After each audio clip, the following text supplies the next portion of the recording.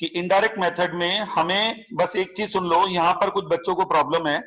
Indirect method में हमेशा ध्यान रखना, आपको जो शुरू करना है, how to get profit before tax and extraordinary item, यहां से बस बच्चों 5 मिनट्स लगेंगे, रिकैप कर लेते हैं।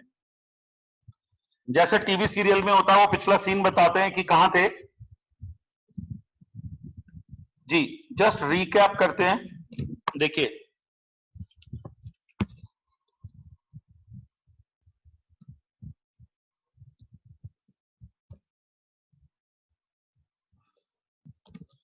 देखो अब, how to get profit before tax and extraordinary item, difference in surplus account और PL appropriation account, difference in surplus account और पीएल अप्रोप्रिएशन अकाउंट, ये लेते हैं हम।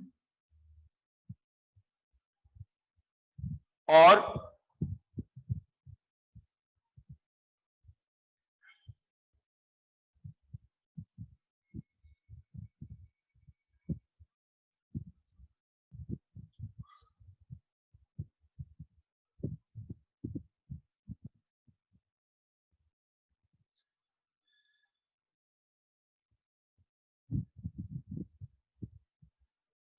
ये बच्चों सुन लीजिए, डिफरेंस इन सरप्लस लेते हैं।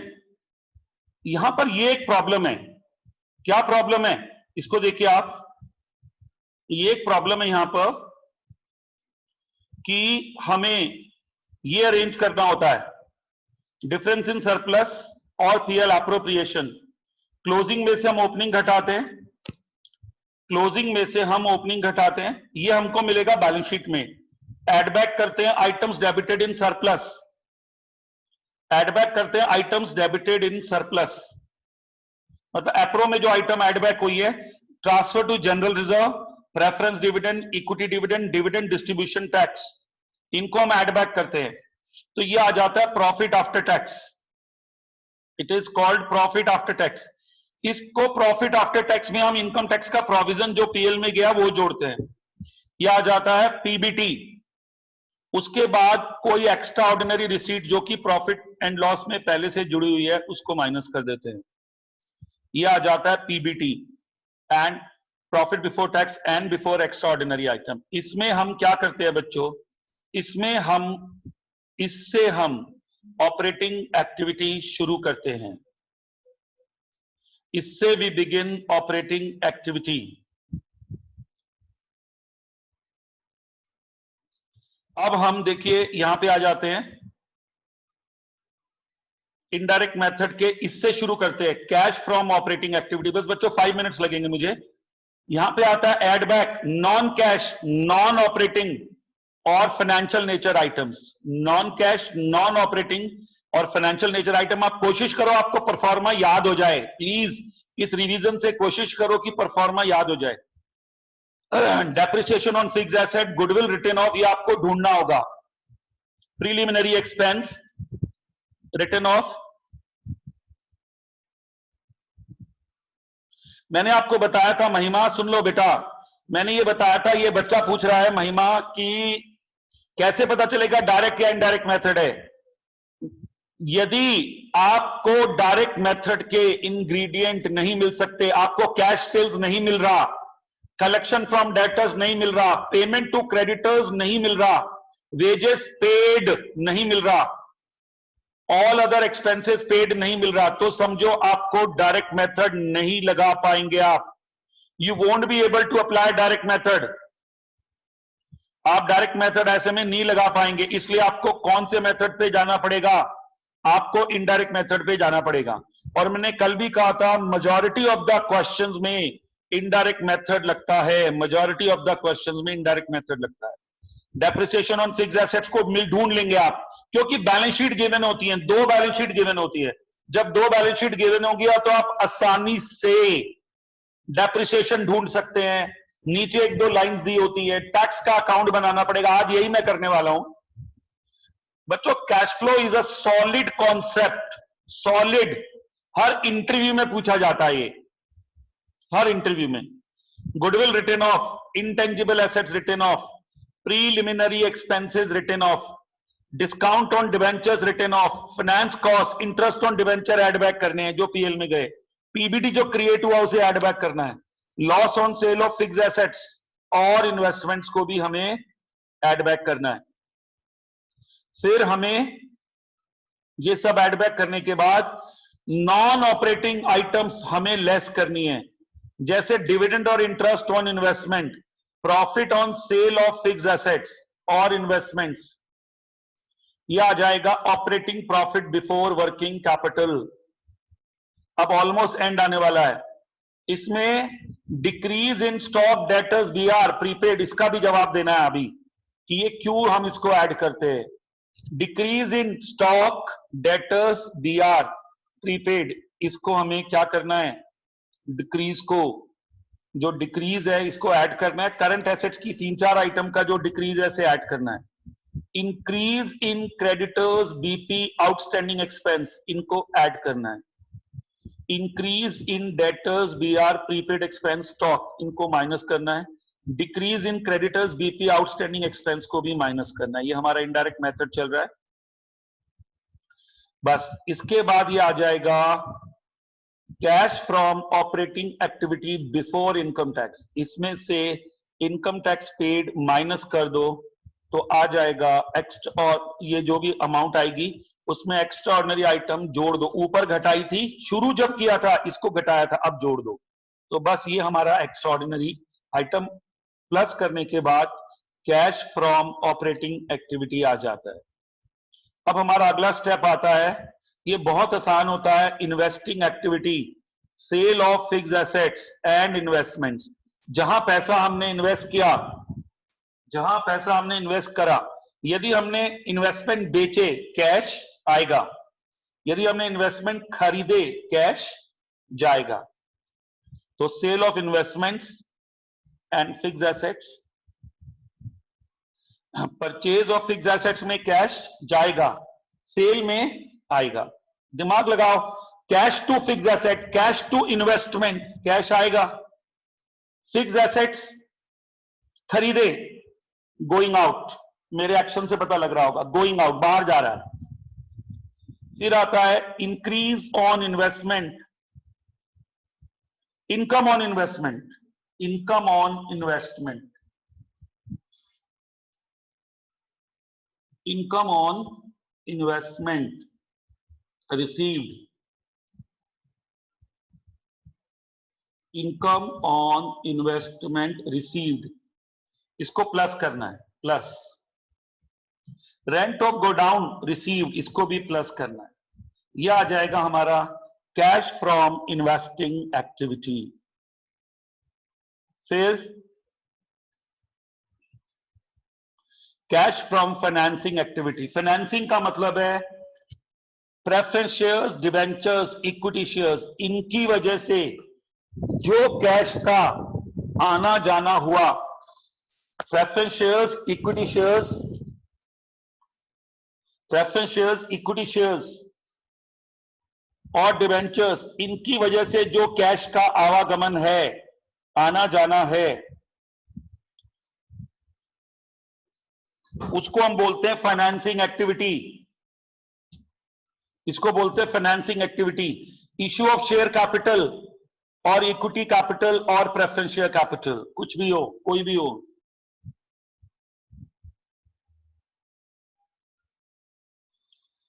इश्यू ऑफ प्रेफरेंस शेयर्स और इक्विटी शेयर्स, इनकी वजह से जो पैसा आ रहा है, issue cash to capital, bank to preference shares, cash to equity shares, bank to equity shares to security premium including premium. Redemption of preference shares, खुद सोचो, प्रेफरेंस शेयर्स को पैसा लौटाया गया, बाहर को गया। बायबैक ऑफ इक्विटी शेयर्स, पैसा बाहर को गया, इक्विटी शेयर्स बायबैक कर सकती है कंपनी। फिर है dividend paid on preference shares और इक्विटी शेयर्स, ये हमें पे करने होते हैं dividend. Dividend paid on preference shares और equity shares,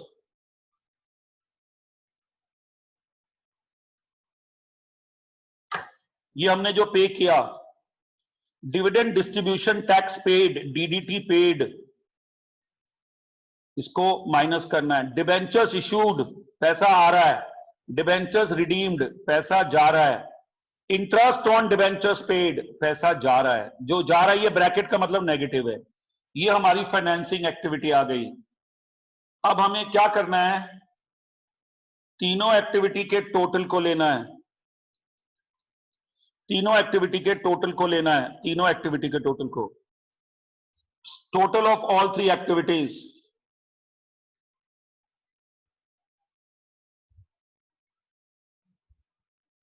one plus two plus three, cash from operating activity, cash from investing, cash from financing. ये आ जाएगा net change in cash and cash equivalent. Opening balance of cash and cash equivalent जोड़ना है। Opening balance of cash and cash equivalent जोड़ना है तो आ जाएगा closing balance of cash and cash equivalent. ये बच्चों परफॉर्मा याद करना है। तीन एक्टिविटीज हैं, ऑपरेटिंग, इन्वेस्टिंग, फाइनेंसिंग। ऑपरेटिंग में दो मेथड है, डायरेक्ट और इनडायरेक्ट, बाकी में एक ही मेथड है, डायरेक्ट। इनडायरेक्ट फाइनेंसिंग में, इन्वेस्टिंग में नहीं है। ऑपरेटिंग एक्टिविटी के दो मेथड है और बहुत ज्यादा क्वेश्चन में डायरेक्ट लगता है, इनडायरेक्ट भी लग सकता, इनडायरेक्ट लगता है, डायरेक्ट भी लग सकता है। ये एक बहुत छोटा सा क्वेश्चन कल कराया था, ये डायरेक्ट मेथड का ही क्वेश्चन था। 1920 का क्वेश्चन है। कैश सेल्स ये प्लस होगा, ऑपरेटिंग रिसीट्स, डेटर्स, देखिए debtors, creditors, closing balance of debtors and bad debts. आप में इतनी एबिलिटी होनी चाहिए, इनसे आप, ये जो मैंने ब्रैकेट में लिया, इनसे आप कलेक्शन निकाल सकें। इसमें एबिलिटी इतनी होनी चाहिए कि आप इनसे कलेक्शन निकाल सके, कलेक्शन निकाल सके।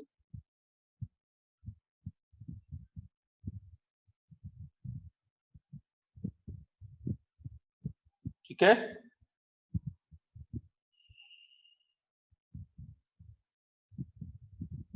इनसे आप कलेक्शन निकाल सके, इतनी एबिलिटी आप में होनी चाहिए। तो ये मैंने तीन चार आइटम्स दिए, debtors, opening balance, credit sales, closing balance of debtors, bad debts. इनसे आप चारों से what you can do, what you have to do, you have to arrange collection। Opening debtors में क्रेडिट सेल्स जोड़ो 2 लाख, 2 लाख और 20,000, 220 में 30 और 5 घटा दो, बैड डेट्स घटा दो और क्लोजिंग बैलेंस घटा दो। डिफरेंस जो है वो हमारा कलेक्शन आ जाएगा, तो वो आपको निकालना पड़ेगा, कलेक्शन निकालना पड़ेगा आपको। You have to arrange collection, you have to arrange. तो डेटर्स अकाउंट बना लो या प्लस माइनस कर लो। जैसे मैंने बोला 20,000 plus 20,000 plus 2 lakhs 220 minus 30,000 closing balance and minus 5,000। ये प्लस कर दो, ये माइनस कर दो, कलेक्शन आ जाएगा। Payment to creditors already readymade दे रखा है, कैश परचेजेस दे रखा है, ये माइनस होगा, पेमेंट टू क्रेडिटर्स माइनस होगा, वेजेस पेड माइनस होगा। आउटस्टैंडिंग वेजेस का कुछ नहीं करना, आउटस्टैंडिंग वेजेस का कुछ नहीं करना आपने, need not to do anything for outstanding wages, कुछ मत करो। इंटरेस्ट ऑन डिबेंचर्स 12,000 है, अक्रूवल ये नहीं चाहिए मुझे, इंटरेस्ट पेड चाहिए, मुझे पेड चाहिए सर, अक्रूवल बेसिस नहीं चाहिए, पेड बेसिस चाहिए, रिसीट बेसिस चाहिए। ठीक है, सैलरीज पेड माइनस करो, इंटरेस्ट पेड माइनस करो, इनकम टैक्स पेड माइनस होगा। डिविडेंड रिसीव्ड का ऑपरेटिंग एक्टिविटी में कुछ नहीं करेंगे, आउटस्टैंडिंग सैलरी का ऑपरेटिंग एक्टिविटी के डायरेक्ट मेथड में कुछ नहीं करेंगे। यू शुड बी कॉन्फिडेंट, ये सॉल्यूशन है इसी क्वेश्चन का। Cash sales 60,000, collection from debtors 1,85,000। Collection अभी मैंने बताया 20, जो कलेक्शन की वर्किंग थी वो थी 20 plus 2 lakhs minus 30 minus 5, 20,000 plus 2 lakh। मुझे कलेक्शन चाहिए sir, I need collection. 20,000 plus 2 lakh minus 30,000 minus 5,000, 1,85,000 आ गया। टोटल आ गया रिसीट्स, टोटल ऑफ रिसीट 2,45,000 आ गया। पेमेंट टू क्रेडिटर्स ये दे रखा था, माइनस कर दो, पेमेंट टू क्रेडिटर्स माइनस कर दो, कैश परचेजेस माइनस कर दो, वेजेस पेड माइनस कर दो, सैलरीज पेड माइनस कर दो, ऑपरेटिंग पेमेंट्स, ऑपरेटिंग का मतलब है जो मेरा मुख्य काम है, मैं जिस लिए जाना जाता हूं। इनडायरेक्ट मेथड में प्रज्ञा जैन हमको निकालना पड़ सकता है, नेट प्रॉफिट गिवन होगा, नहीं तो हम निकाल लेंगे क्योंकि सरप्लस अकाउंट गिवन होगा रिजर्व एंड सरप्लस में बैलेंस शीट में। Cash from operating activity before tax आ गया बच्चों, इसमें से इनकम टैक्स पेड माइनस कर दो, कैश फ्रॉम ऑपरेटिंग एक्टिविटी आ गया, जो हमारा आंसर है ये, यही इस क्वेश्चन में हमको निकालना था। कोई कैलकुलेशन एरर नहीं हुई, थोड़ा रिकैप हो गया। अब हम आते हैं, ये मैंने कल वर्किंग बताई थी डेटर्स की। डेटर्स अकाउंट हमने कैसे बनाया? डेटर्स डेबिट बैलेंस आता है, ब्रॉट डाउन टू सेल्स आता है, बाय बैंक आता है, we get by bank, by bad debts, by balance carried down. ये बच्चों अब मैं आ रहा हूं इनडायरेक्ट मेथड के क्वेश्चन पे। I am coming to the question of indirect method, जो मैंने कल कहा था आज कराऊंगा। कल वाला क्वेश्चन है, I am going to solve it now.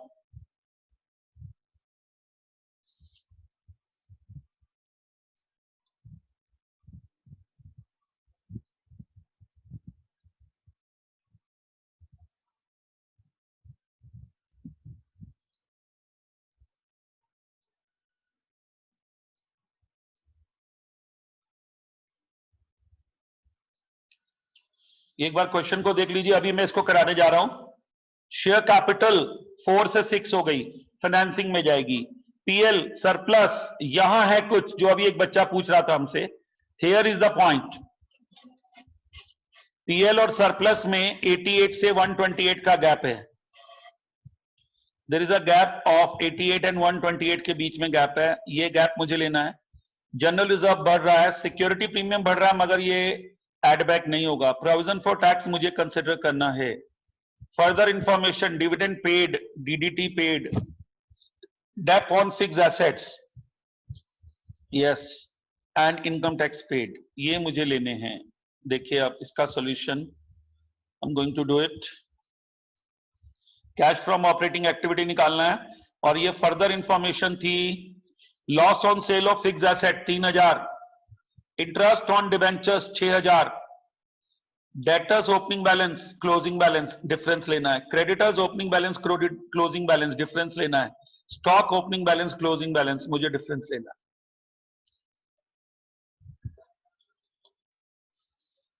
ये देखिए इसका सॉल्यूशन है।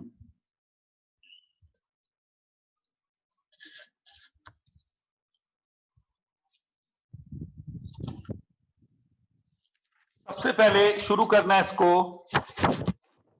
बिगिन विद ऊपर लिखेंगे calculation of profit before tax and before extraordinary item.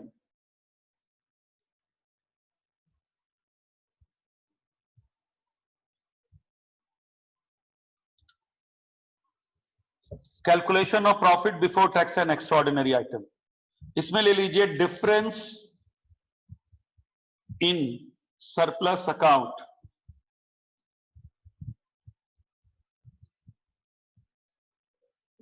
Difference in surplus account, PL या surplus, 128 minus 88 40,000, 128 minus 88 40,000, yes Bhumi. अब है add back,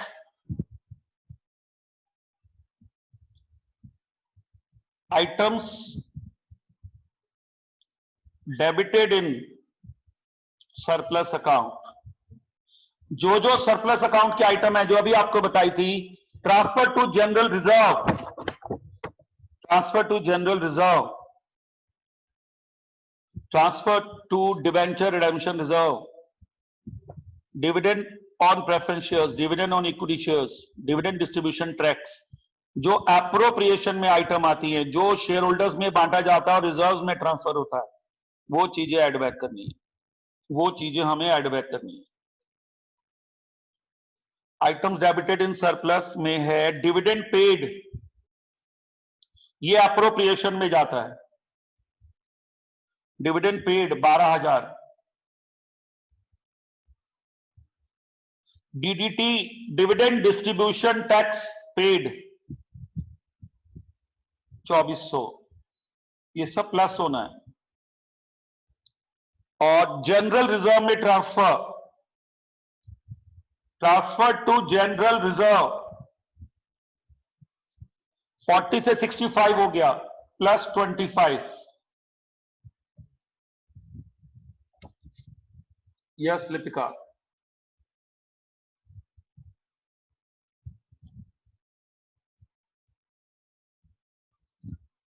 general reserve 25, security premium यहां नहीं आएगा, मिला होगा वो नगद मिलता है। एप्रोप्रिएशन से सिक्योरिटी प्रीमियम क्रिएट नहीं होता, नगद मिलता है, इसलिए यहां नहीं आएगा। आई होप इनको जब आप जोड़ेंगे ये पीएटी आ जाएगा, प्रॉफिट आफ्टर टैक्स। कुछ और नहीं दिख रहा है मुझे जी। ये एप्रोप्रिएशन की आइटम जोड़ी मैंने पहले 40 and 37 77 79,400 I think so. Yes Bhumi, great.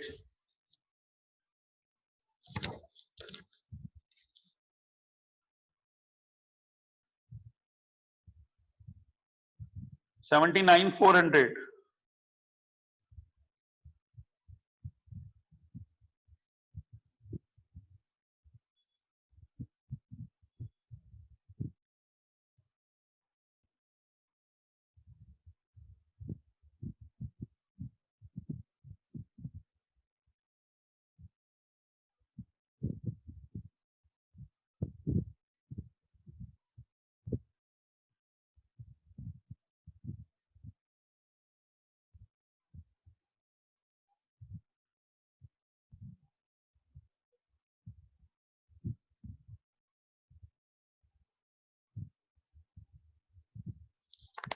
जी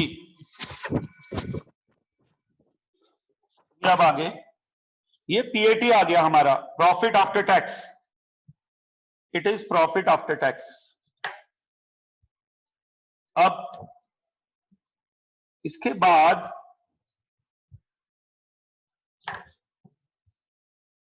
मुझे इसमें कोई इनकम टैक्स और जोड़ना है, plus provision for income tax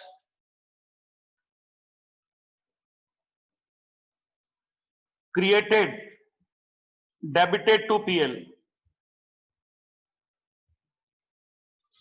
provision for income tax created और डेबिटेड टू पीएल, ये मुझे जरा देखते हैं। प्रोविजन फॉर टैक्स जो देखिए क्वेश्चन में प्रोविजन फॉर टैक्स दे रखा है ओपनिंग 35 क्लोजिंग 45, ये प्रोविजन फॉर टैक्स अकाउंट है। यहां पे आता है by opening balance brought down 35 to balance carried down, क्योंकि ये लायबिलिटी टाइप होता है। 45 provision for tax opening balance by balance brought down to balance carried down. नीचे लिखा हुआ इनकम टैक्स पेड, तो यहां आएगा टू बैंक 35, तो ये आएगा बाय पीएल 45 बैलेंसिंग फिगर। ये इसका परफॉर्मा होता है इनकम टैक्स अकाउंट का। Balance brought down 35, balance carried down 45 to bank. ये टैक्स पेड होता है, ये दे रखा था, नहीं भी दिया होता तो ये ओपनिंग वाला अक्सर पेड होता है।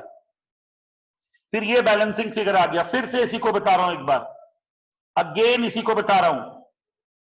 Provision for tax by balance brought down, यहां आता है ओपनिंग बैलेंस, यहां आता है to balance carried down closing balance, यहां पर आता है टैक्स पेड लायबिलिटी सेटल्ड। ये गिवन होगा तो ठीक है, if given it is good, if not given तो opening balance is paid. Tax paid if given is good, if not given then opening balance is paid. और यहां आता है बाय पीएल प्रोविजन मेड ये आता है यहां by PL, provision made.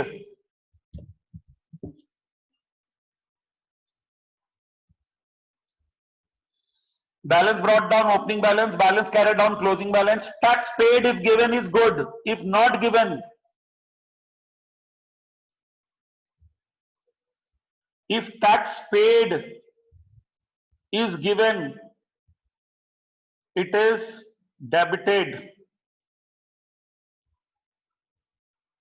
to provision for tax.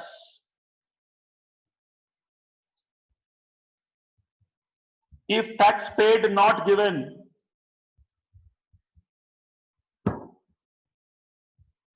then opening balance is paid. ये by default है।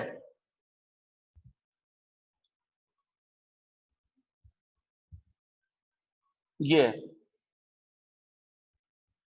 Opening balance is paid, automatically ऐसा मान लेते हैं। Tax paid is given, it is debited to provision for tax. If tax paid is not given, then opening balance is paid. ये रहा, ये हमारा प्रोविजन फॉर टैक्स अकाउंट है।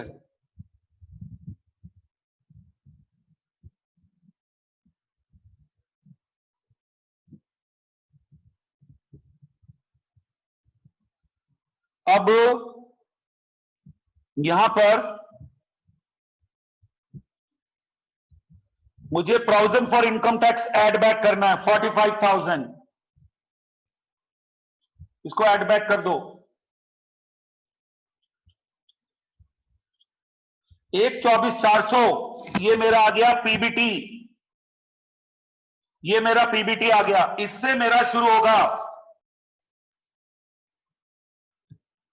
PBT आ गया 1,24,400, इससे मेरी कैश फ्रॉम ऑपरेटिंग एक्टिविटी शुरू होगी। ये देखिए,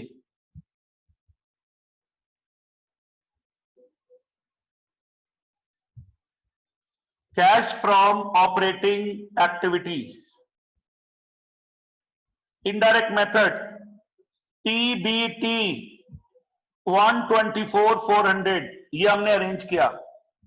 इसी का अरेंजमेंट थोड़ा तंग करता है बच्चों को, स्टूडेंट्स को प्रॉब्लम होती है। Plus add back depreciation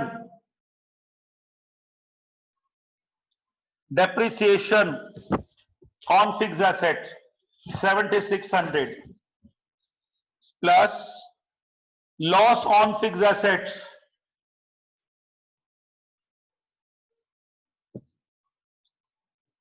3,000, loss on fixed asset 3,000 plus interest on debenture, ये फाइनेंसिंग में आएगा इसलिए यहां एड बैक करो। इंटरेस्ट ऑन डिबेंचर 6,000,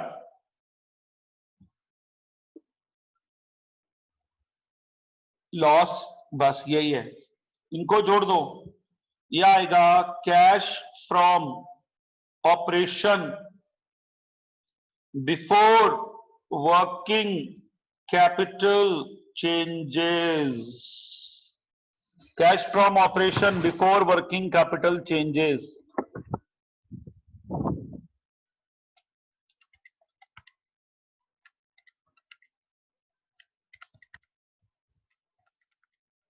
$141,000,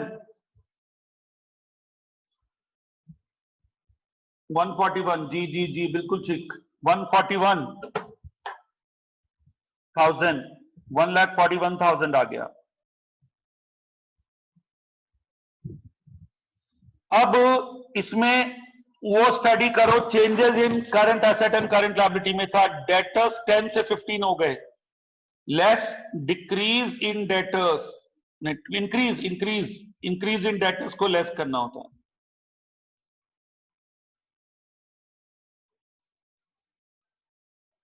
ये 5,000 आ गया, इसको माइनस करते हैं। Creditors increase, add back increase in creditors,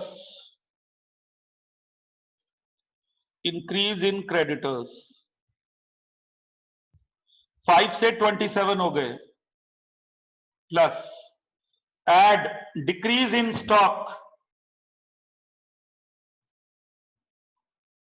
decrease in stock 12,000, ये भी ऐड कर दो। 22, 12, 34,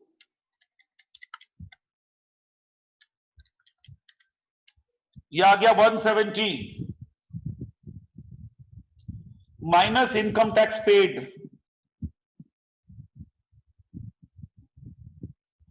इनकम टैक्स पेड जो था पेड वो माइनस कर दो, 35 था। ये आ गया कैश फ्रॉम ऑपरेटिंग एक्टिविटी 135, ये इनडायरेक्ट मेथड का सॉल्यूशन आ गया बच्चों। Yes sir, 135, great. ये आ गया बच्चों cash from operations, operating activity 135। एक बार फिर से देख लो कैसे किया। सबसे पहला काम है बच्चों, the most important work is to arrange this thing, herculean task. Difference in surplus से शुरू करना है,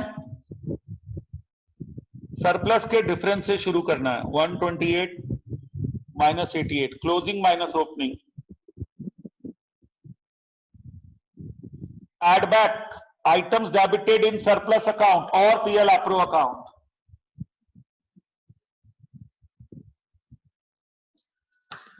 items debited in surplus account और पीएल एप्रो अकाउंट।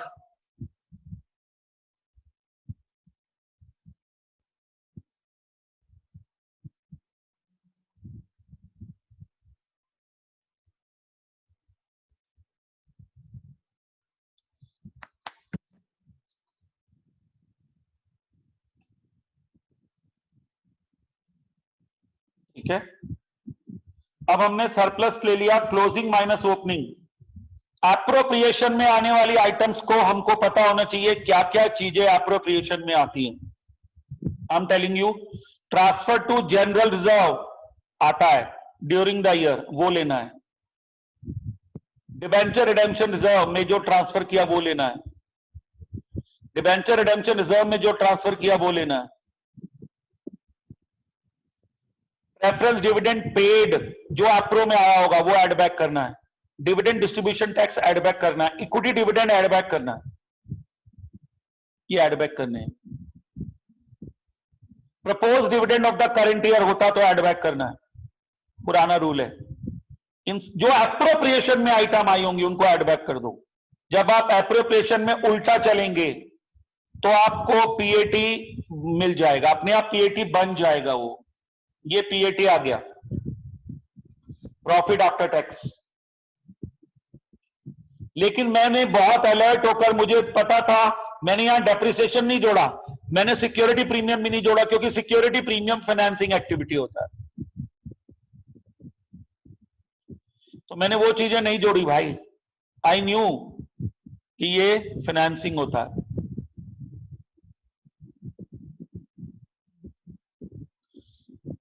डेप बाद में जुड़ता है, डेप नीचे जुड़ेगा ना, जब पीबीटी लेंगे, प्रॉफिट बिफोर टैक्स ले लेंगे, वहां तो उसके बाद डेप जोड़ेंगे, जो हमारा ऑपरेटिंग एक्टिविटी का परफॉर्म है वहां डेप जोड़ते हैं, देयर वी एड डेप। तो ये हमने ले लिया डिफरेंस इन सरप्लस। उसके बाद उसमें जोड़ा dividend paid, DDT paid, transfer to general reserve, मेरा प्रॉफिट आफ्टर टैक्स आ गया। इसके बाद प्रोविजन फॉर इनकम टैक्स जो हमने ड्यूरिंग द करंट ईयर वाला ये वो जोड़ा, जो करंट ईयर में हमने प्रोविजन बनाया। एक जॉइंट स्टॉक कंपनी को हर साल प्रोविजन बनाना होता है। A joint stock company has to make provision every year, because उसके लिए इनकम टैक्स बिजनेस एक्सपेंडिचर है, इसलिए बनाया। ये आ गया, ये आ गया मेरा पीबीटी। कोई अर्थक्वेक रिलीफ फंड क्वेश्चन में नहीं था, नहीं तो मैं उसको मिला हुआ होता तो मैं यहां पर माइनस करता, नीचे जाकर प्लस करता दोबारा से। तो अभी है नहीं, आगे किसी क्वेश्चन में आएगा, पेशेंस रखिए। अब मैंने यहां पर आपको प्रोविजन फॉर टैक्स बना के सिखाया। ओपनिंग बैलेंस 35, थोड़ा इसका आइडिया जरूरी है क्योंकि इसमें लेजर्स बनाने होते हैं। ओपनिंग बैलेंस 35 आ गया और क्लोजिंग 45 क्वेश्चन में गिवन था, क्वेश्चन मेरे सामने है। इसमें ये जो 35 है इसी को ये 35 यहां पर पे कर दो यदि कुछ नहीं लिखा है तो, क्योंकि यही है ना, पिछली बार का प्रोविजन इस बार पे किया और ये 45 नेक्स्ट ईयर पे करेंगे। तो provision for tax if nothing not paid is not given, यदि पेड गिवन होता तो यहां आता। वैसे यहां पर आता है कितने में लायबिलिटी छुटी, 1 साल लेट चलता है प्रोविजन। प्रोविजन लेट इसलिए चलता है, इनकम टैक्स रिटर्न ईयर खत्म होने के बाद सबमिट होती है, फिर इनकम टैक्स अथॉरिटी उस इनकम टैक्स रिटर्न पे डिसीजन लेते हैं। तो फाइनली कितने में टैक्स लायबिलिटी छुटी ये बाद में पता चलता है, इसलिए ये 1 साल लेट चलता है। तो प्रोविजन फॉर टैक्स 35 हमने यहां पे कर दिया और 45 क्रिएट किया। 45 नेक्स्ट ईयर पे करेंगे, नेक्स्ट ईयर पे करेंगे, अभी क्रिएट हुआ है। तो मुझे 45 ये वाला प्रोविजन चाहिए, ये जो मेरा पॉइंटर है जहां, ये मुझे ऐड बैक करना है, तभी मैंने इसको ऐड बैक किया था। अब आगे हम, मेरा पीबीटी आ चुका, अब मुझे लेना है कैश फ्रॉम ऑपरेटिंग एक्टिविटी का इनडायरेक्ट मेथड से उस क्वेश्चन को सॉल्व करना जो मैंने दिया था। पीबीटी ले लिया, start begin from PBT, PBT से शुरू करो, प्लस डेप्रिसिएशन, डेप्रिसिएशन जोड़ दो, लॉस ऑन फिक्स एसेट भी जोड़ दो, इंटरेस्ट ऑन डिबेंचर भी जोड़ दो, डेप्रिसिएशन जोड़ दो, लॉस ऑन फिक्स एसेट जोड़ दो, इंटरेस्ट ऑन डिबेंचर जोड़ दो, cash from operations before working capital changes, ये आ गया ऑपरेटिंग एक्टिविटी का आंसर, वर्किंग कैपिटल से पहले वाला, cash from operation before working capital changes 1,41,000। इसमें इंक्रीज इन डेटर्स माइनस कर दो, अभी रीजन बता रहा हूं इसका, इसको क्यों माइनस करते हैं। इसमें 4 स्टेप्स होते हैं यहां पर, इंक्रीज, ये जो लेस करना है, माइनस करना है, minus, increase in debtors, BR, increase stock, prepaid expense, operating, इनको क्या करो,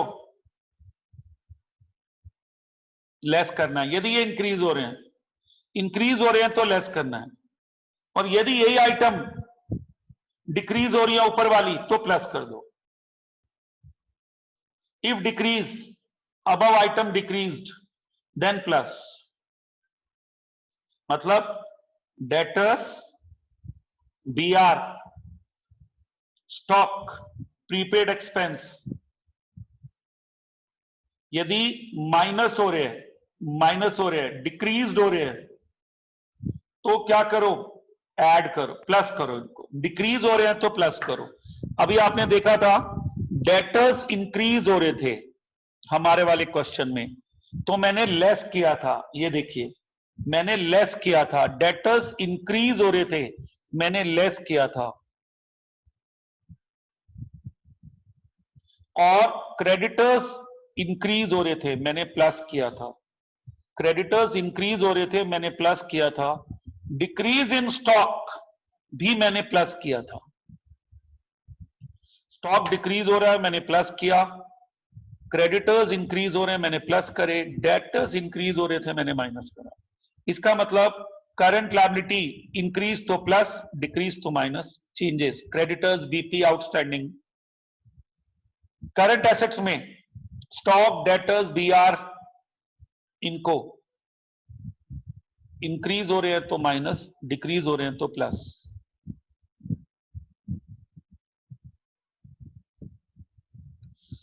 इसका प्रियंका भट्ट लॉजिक ये है बेटे, ऊपर नेट प्रॉफिट में, इसका लॉजिक थोड़ा अच्छा वाला है इसलिए मैं चाह रहा था कि अभी एक गो में बताऊंगा। अभी देखो क्या होता है, ये जो नेट प्रॉफिट है मैं इसका लॉजिक दे रहा हूं थोड़ा सा, ये पीबीटी में क्रेडिट सेल्स जुड़ी हुई है, पीबीटी में कलेक्शन नहीं जुड़ा हुआ, इनके डिफरेंस को एडजस्ट करके हम उसे कलेक्शन में कन्वर्ट कर रहे हैं और payment to creditors.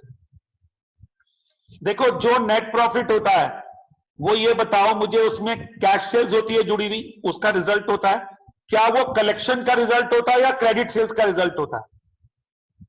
Net profit जो निकला हुआ होता है वो कलेक्शन का रिजल्ट होता है या क्रेडिट सेल्स का? आंसर आएगा सर उसमें तो क्रेडिट सेल्स आती है पीएल में। तो क्रेडिट सेल्स हमें कैश फ्लो में नहीं चाहिए, मुझे कलेक्शन चाहिए था। तो जब मैं डेटर्स के डिफरेंस को एडजस्ट करूंगा तो वो जो नेट प्रॉफिट था अक्रूवल बेसिस वाला वो रिसीट बेसिस बन जाएगा, कैश बेसिस बन जाएगा। क्रेडिटर्स में जो देखो एक्चुअली इसका जवाब है net profit is a result of cash sales and credit sales. ये सही है। यहां मुझे प्रॉब्लम है, मुझे कैश फ्लो स्टेटमेंट बनाना है और मुझे कलेक्शन चाहिए। और नेट प्रॉफिट जो रिजल्ट आता है, याद करो नेट प्रॉफिट कैसे आता है, पीएल में हम कैश सेल्स और क्रेडिट सेल्स दोनों लेते हैं। तो जो नेट प्रॉफिट है वो कैश सेल्स और क्रेडिट सेल्स दोनों का रिजल्ट है, कैश परचेजेस और क्रेडिट परचेजेस दोनों का रिजल्ट है। अक्रूवल बेसिस पे होता है ना, नेट प्रॉफिट जो होता है अक्रूवल बेसिस पे होता है, उसको कैश बेसिस पे बनाना है मुझे। तो नेट प्रॉफिट से हमने शुरू करा, उल्टा चले हम, नेट प्रॉफिट से शुरू करा। तो जब हमने नेट प्रॉफिट से शुरू करा तो उसमें क्रेडिट सेल्स जुड़ा हुआ है। I started with net profit and credit sales is included. अब मुझे उसको कलेक्शन बनाना है, कलेक्शन फ्रॉम डेटर्स बनाना है। I want to make it collection, मुझे कलेक्शन बनाना है, कलेक्शन फ्रॉम डेटर्स। इसका सवाल आता है सर मैं क्या करूं, व्हाट शुड आई डू? इसका जवाब है जो आप अपनी कैलकुलेशन ला रहे हो, जो आप ऊपर से ऐड बैक करते आ रहे हो, ऊपर से नीचे आ रहे हो, तो जो हमारा रिजल्ट आया था operating profit before working capital changes, operating profit before working capital changes, इसमें क्या करो, operating profit before working capital changes, इसमें क्या करो, क्या चेंज करो, operating profit before working capital changes में प्लस कर दो डिक्रीज इन डेटर। यदि आप प्लस कर दोगे और माइनस कर दोगे क्या, और मतलब दोनों में से एक ही होगा, इंक्रीज इन डेटर, यदि आप इसमें माइनस कर दोगे तो ये जो operating profit before working capital changes है ये कैश में, कलेक्शन में कन्वर्ट हो जाएगा। जब आप debtor, stock, BR, creditors, bills payable, outstanding expense, prepaid expense, इनके डिफरेंस को एडजस्ट करोगे तो जो ऊपर अक्रूवल बेसिस था, नेट प्रॉफिट जो ऊपर से नीचे आ रहा था वो कैश बेसिस में कन्वर्ट हो जाएगा, वो बच्चों कैश बेसिस में कन्वर्ट हो जाएगा। यही लॉजिक है। अब आता है इसमें हमारा आंसर आ गया था जो मैंने अभी समझाया। Here was the answer, cash from operation, operating activity 1,35,000। एक इनडायरेक्ट मेथड का एक क्वेश्चन छोटा सा और करते हैं जल्दी से।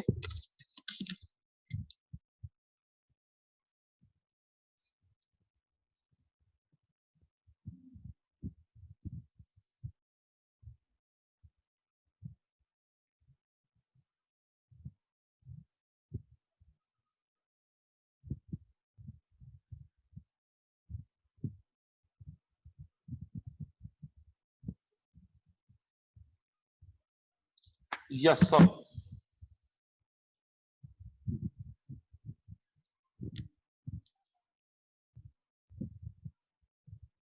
ये ओपनिंग है और क्लोजिंग है, पहले 20 है फिर 19 है। यहां पर दिया है surplus account PL 4,02,80,000, provision for taxation, ये लायबिलिटी साइड है। provision for taxation 80, 88, general reserve 40,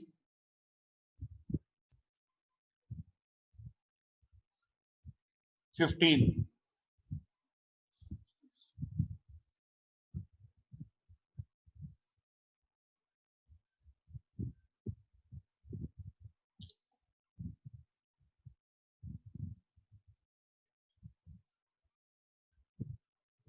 वैसे ये अब होता नहीं है, मैं फिर भी करा रहा हूं। प्रपोज डिविडेंड का रूल बदल गया है, फिर भी मैं करा रहा हूं, ऐसा क्वेश्चन आ सकता है। 52-40,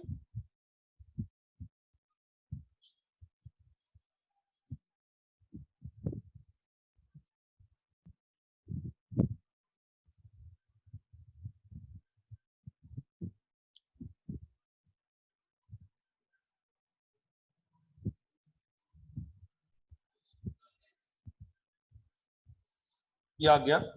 अब है नीचे डेप्रिसिएशन 60,000, डेप्रिसिएशन 60,000 है। लॉस ऑन असेट्स 30,000 है। इनकम ऑन इन्वेस्टमेंट 20,000 है। अर्थक्वेक रिलीफ फंड रिसीट 35,000 है। अर्थक्वेक रिलीफ फंड जो है रिसीट 35,000 है।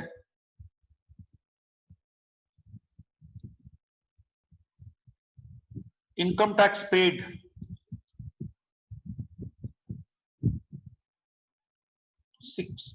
68,000 है।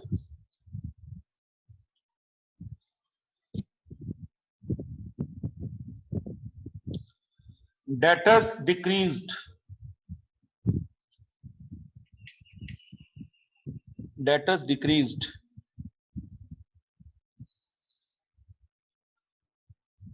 32,000 है। बस ये उठा लें, इसको देना करेंगे। Debtors decreased 32,000 है। Creditors increase 12,000 है।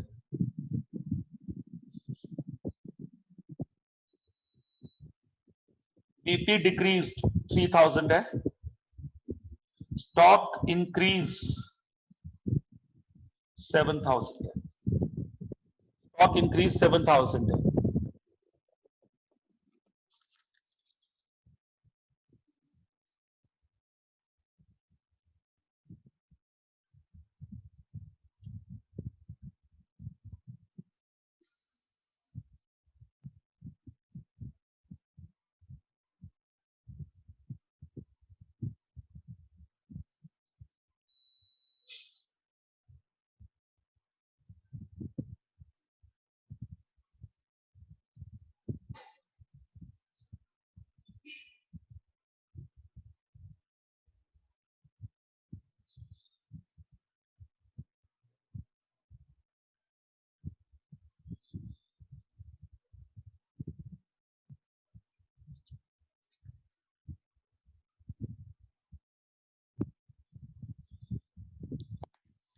जी, अब इसका हमको सॉल्व करना है।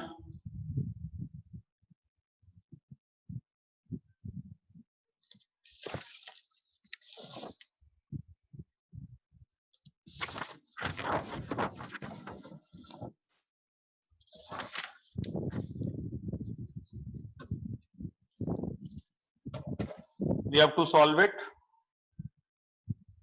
जल्दी से करते हैं इसको।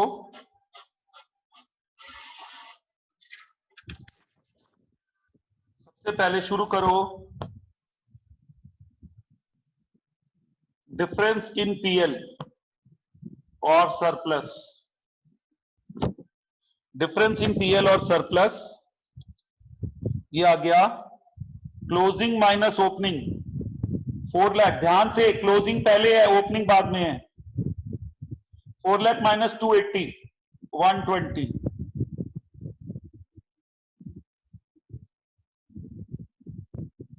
फिर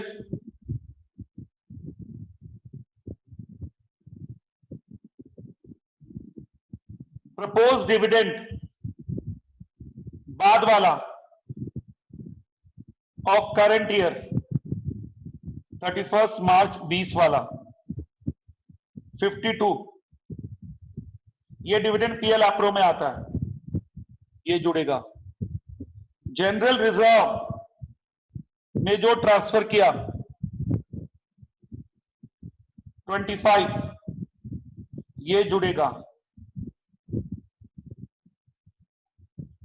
बस ये एप्रो की दो आइटम है।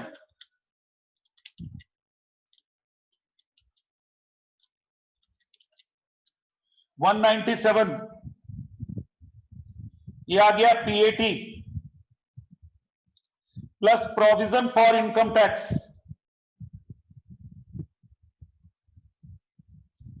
प्रोविजन फॉर टैक्स मुझे लेजर बनाना पड़ेगा। ये देखिए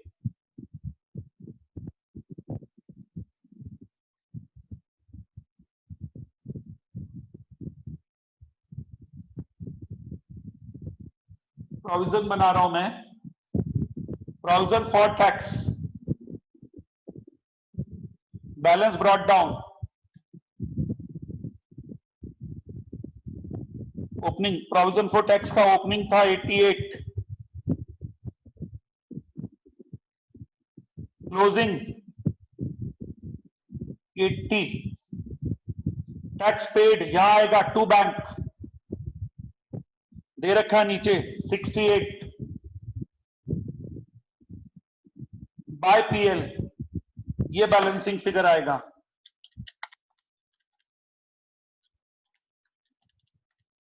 $60,000 का प्रोविजन हमने बनाया, balance brought down 88, carried down 80,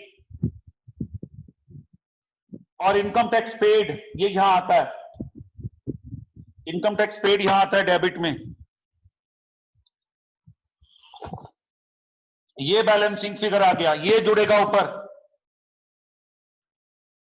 PL में 60 जोड़ दो, 60 जोड़ दिया 197, 247 आ गया PBT minus earthquake relief fund, ये हमको मिला था, रिसीव्ड था, रिसीव्ड 35, अभी माइनस कर दो, इसको लास्ट में प्लस करेंगे, अभी माइनस कर दो, लास्ट में प्लस करेंगे।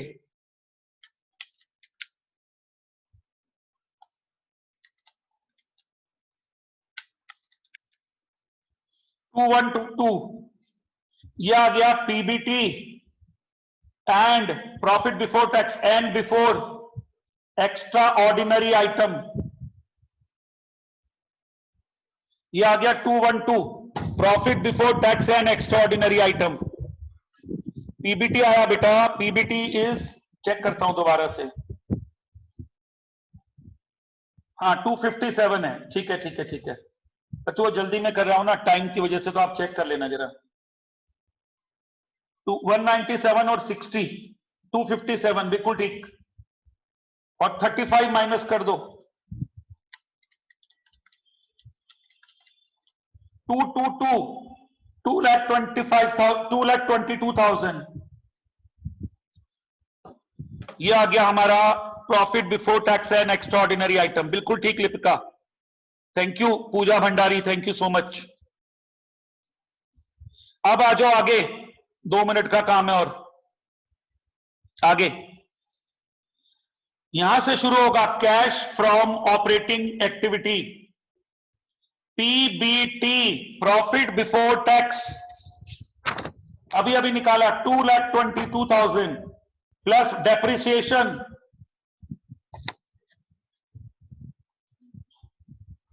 डेप्रिसिएशन जोड़ दो उसमें 60 प्लस लॉस ऑन असेट,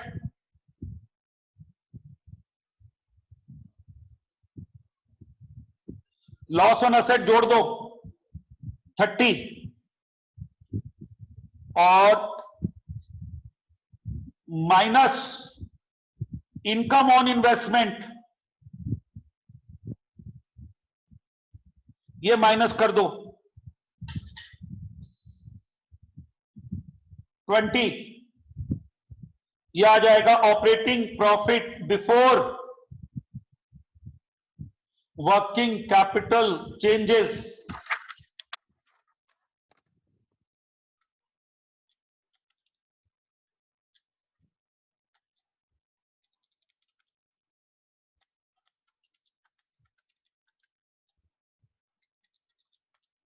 $292।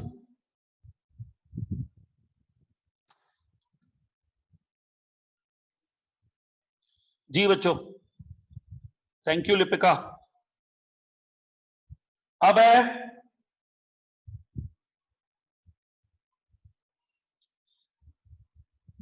इसमें income plus debtors decreased,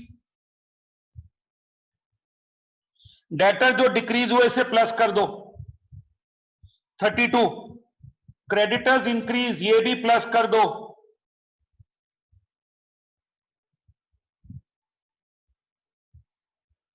BP decrease, ये माइनस होगा,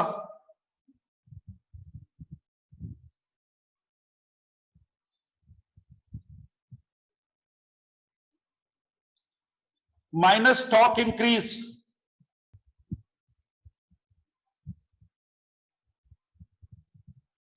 स्टॉक इंक्रीज भी माइनस होगा। यहां पे इसको ले लो,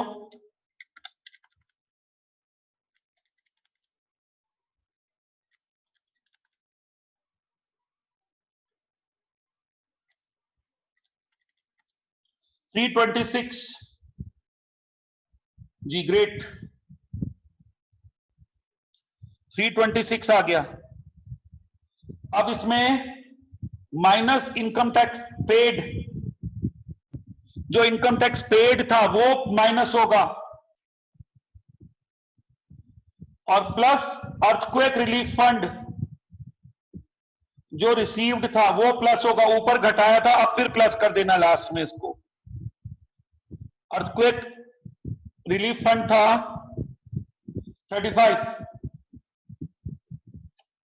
326 minus 68 plus 35, cash from operating activity आ गया 293। ग्रेट, ये बच्चों हमारा कैश फ्लो हुआ। कल से अब हम इसका, कल तो नहीं, कल संडे है, परसों से अब हम इसका